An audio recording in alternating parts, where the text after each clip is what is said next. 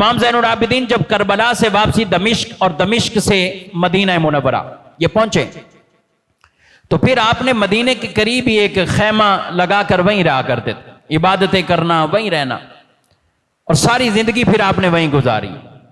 جس آدمی کے سامنے اس کے خاندان والے اتنے قربان ہوئے، اب وہ بقیہ زندگی کیا زندگی کی وہ لذت محسوس کرے، لیکن آپ عبادت میں مشغول ہو گئے، تبھی زین العابدین اور حضرت سجاد کا لقب انہیں ملا ہے۔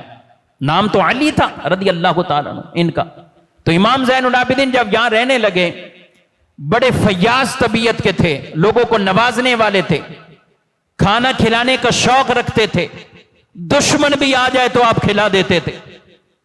تو یہاں تک کہ یزیدیوں میں سے ایک شخص جو اس وقت کربلا میں بھی مد مقابل تھا، وہ آپ کے پاس آیا اور کہا میں نے مہمان بننا ہے آپ کا۔ فرمایا بنو۔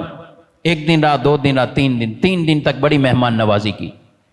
جب جانے لگا تو آپ نے کچھ کھانا دیا کہ یہ بھی لے جاؤ، راستے میں کام آ جائے گا۔ وہ سوچنے لگا کہ ہم کیسے لوگ تھے اور یہ کیسے، اور پھر ساتھ یہ کہنے لگا کہ شاید حضرت نے مجھے پہچانا نہیں ہے اس لیے تو کھانا کھلایا، 3 دن تک اپنے پاس رکھا، اگر پہچان لیتے تو پھر چلو میں اتنا تو کروں کہ معافی مانگ لوں کہ میں بھی اس وقت ان میں شامل تھا، یزیدی لشکروں میں تھا، میں معافی مانگ لیتا ہوں۔ وہ واپسی آیا اور کہنے لگا حضرت جی آپ نے شاید پہچانا نہیں ہے، میں آپ سے معافی کی درخواست لے کر آیا ہوں، اس وقت میں بھی یزیدیوں کے اس لشکر میں تھا، لیکن آج آپ کا یہ انداز دیکھ کر بڑی شرمندگی ہو رہی ہے۔